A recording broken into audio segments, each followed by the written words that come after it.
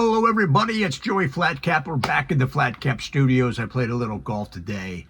But right now, we're going to talk about the 10 worst golf courses in the world, including number 1, Skyline Parking Deck Golf Club. That's right. It begins on the roof of one parking garage and ends on the roof of another parking garage 12 blocks away. Parking garage to parking garage. The starter handed me a scorecard, a hard hat, and a parking validation ticket. Any course rules, I asked? He pointed toward downtown. Try not to hit the glass building with the lawyers in it. We lost 3 foursomes in litigation last week. The first tee sits beside a faded sign reading compact cars only, which really sets the mood. My drive sailed beautifully for 6 seconds, clipped a pigeon, bounced off a bus shelter, and vanished into level 4B. From there, golf becomes cardio with punctuation. Hit shot, take elevator down. Walk across the street, take elevator up. Chip, 3-putt beside a 2008 Honda Civic with expired tags. Repeat until your calves file for divorce. The signature hole requires a blind wedge shot over an alley onto a roof marked with 1 traffic cone and a retired security guard named Glenn. Did it land? I shout. Glenn cups his hands. Either 6 feet from the pin or inside a taco truck. Hard to say. Number 2, Serengeti Plains Golf and Animal Negotiation Preserve. Now, at this golf course, your caddy does more than read greens. He reads paw prints, wind direction, and whether a hippo woke up in a lawsuit mood. I step onto the first tee and notice the warning sign. Local rule, player may take relief from lions, cheetahs, hyenas, and emotional damage. Hippos receive right of way. Is this safe? I ask my caddy, Musa. He adjusts binoculars. For golf? No. For wildlife documentary? Excellent. My ball lands in a bunker occupied by a large cat with the posture of a tax auditor. I'll take an unplayable, I whisper. Musa nods. Wise. Also, take a new identity. The course brochure promises untouched natural beauty, which translates to nobody mowed anything because something with horns chased the grounds crew into Kenya. On the 9th hole, a wildebeest herd crosses the fairway for 23 minutes. One stops, stares at my swing, and wanders away with visible disappointment. Number 3, White Cliffs of Dover Links. Now, this course offers breathtaking ocean views, salty wind, and a constant reminder of gravity's undefeated record. The first hole runs along the cliff edge because apparently golf needed more chances to become a rescue operation. A marshal named Nigel greets us. Lovely day. Mind the drop. Yes, sir. How far down is it? I asked. He just smiled. Well, that depends on how long you scream. My playing partner, Dave, slices a Titleist into the channel. He takes 1 step forward toward the edge. Nigel raises a hand. Leave it, mate. The ball lives with France now. Every shot requires 2 clubs extra, a prayer, and a legal waiver signed in blue ink. The wind grabs my 7-iron and turns it into a weather balloon. My chip on 11 rolls toward the abyss, pauses at the lip, and drops like it has unpaid debts. The pro shop sells ball markers, rain gloves, and grief counseling vouchers.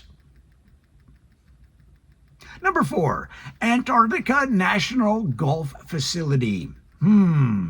Yes, it markets itself as wide open, peaceful, and free from bachelor parties, which sounds perfect until I attempt to grip a club while dressed like a mattress. The starter arrives on a snowmobile. Cart path only today, he says. There's a cart path? He points at a white horizon. Well, emotionally, yes. The fairways stretch forever, mostly because there are no fairways, only snowways with flags stuck into them.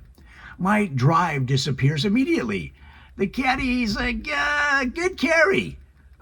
Where did it go? Oh, spring. Yeah, it went towards spring. Putting involves sweeping frost from a blue-white surface while penguins form a judgmental gallery. One waddles onto the green during my par putt and honks like a tiny municipal horn. Is he allowed there, I ask? The caddy sighs. He's a member. By the turn, my water bottle freezes, my pencil snaps, and my scorecard has become structural insulation. Number 5. La Cosa Nostra Heritage Golf Experience. Now, this course combines 18 holes with a guided mob history tour because some genius said, what if golf had more implied consequences? The clubhouse sits behind an Italian restaurant with no windows and excellent marinara. A man named Vinny gives us the orientation. Welcome. On hole 3, you'll hear about old neighborhood disputes. On hole 6, you'll learn why nobody asks about old neighborhood disputes. My tee shot on the second drifted right. Vinny watched it land near a flower bed. You didn't see where that went. I think it's playable. He places a hand on my shoulder. You didn't see where that went. I was like, okay, I got it. The course hazards include water, sand, and poorly worded questions. A plaque beside the 8th green reads, here in 1957, Tony the Wedge Belafonte invented the breakfast meeting nobody returned from. Now, by the 15th hole, I stopped marking my score. Vinny marks it for me. Par.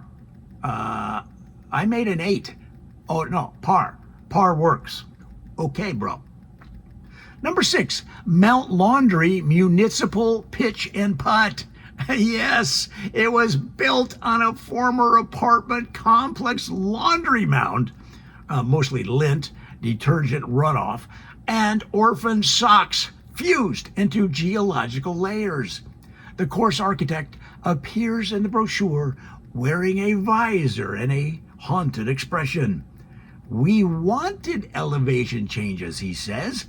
We got bounce sheets. Every lie sits on something soft, damp, or scented April meadow. My ball embedded itself in a ridge made of dryer lint and one mysterious children's mitten. The greens roll slow because, well, they're 40% fabric softener. Putts stop early, curl sideways, or cling to static electricity. On hole number 7, I asked the groundskeeper, bro, why is there steam rising from the fairway? He stared into the distance. Someone selected permanent press. The clubhouse snack bar sells coffee, pretzels, and single socks for $3.50. Number 7, the Suburban Cul-de-sac Championship course. You heard it right. Now, this course winds through 12 connected neighborhoods, 8 mailbox clusters, and 1 HOA president's personal nightmare. The starter warned us early, hey, play it as it lies unless it lands in a birdbath, trampoline, or Gary's yard. Who's Gary? A garage door opened, a man in cargo shorts stepped out holding a rake. You'll meet Gary. Hole number 1 requires a controlled fade around a basketball hoop and over a parked minivan.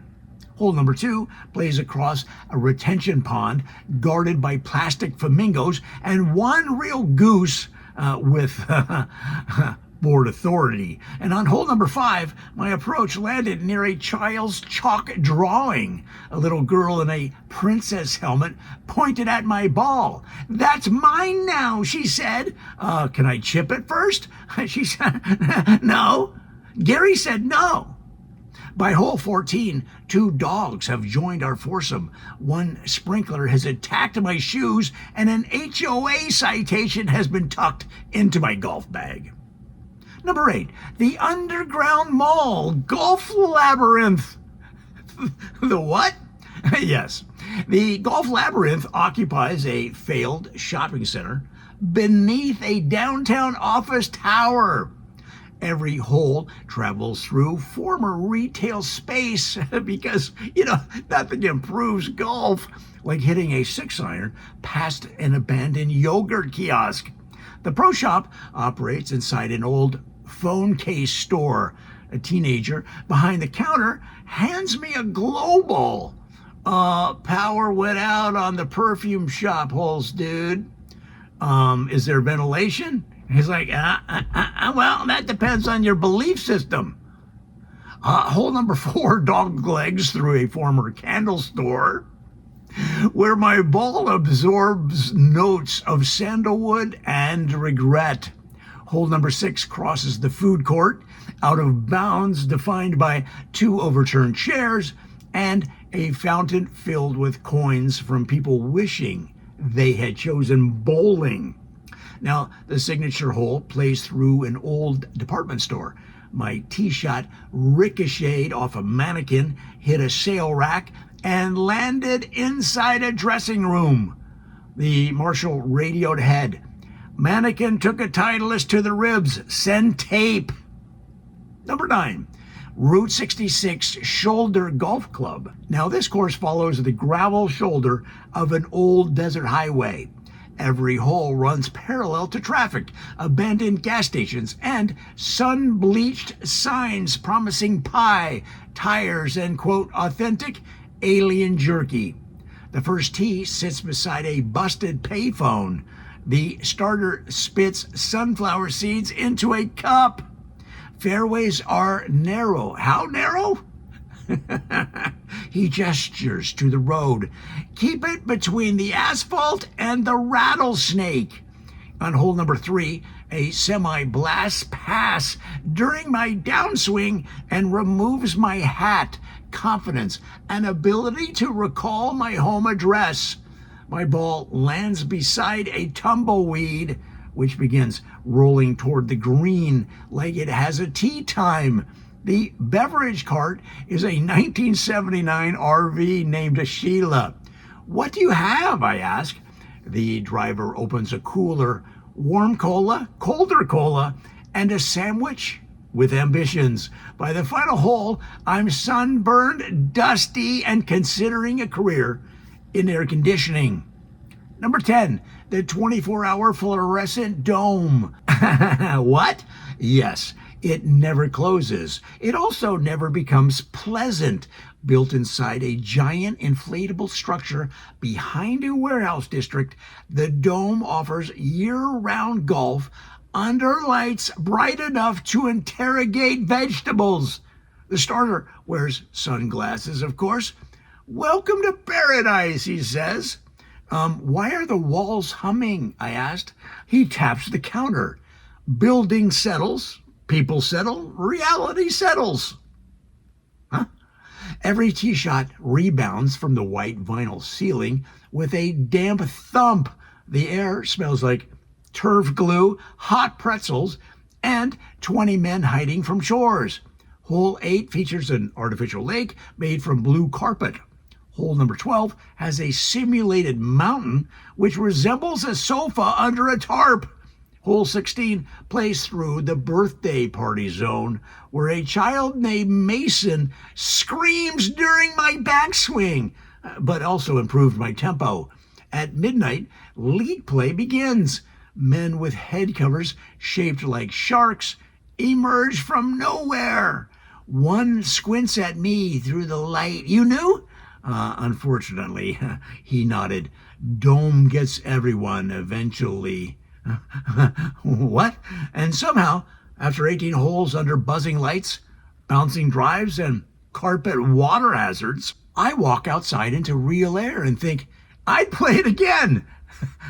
Golf does this to people. It takes a perfectly decent adult, removes judgment, drains savings, adds khaki, and releases him into the world holding a 7-iron like a man prepared to negotiate with weather. That's me. That's me. That's me.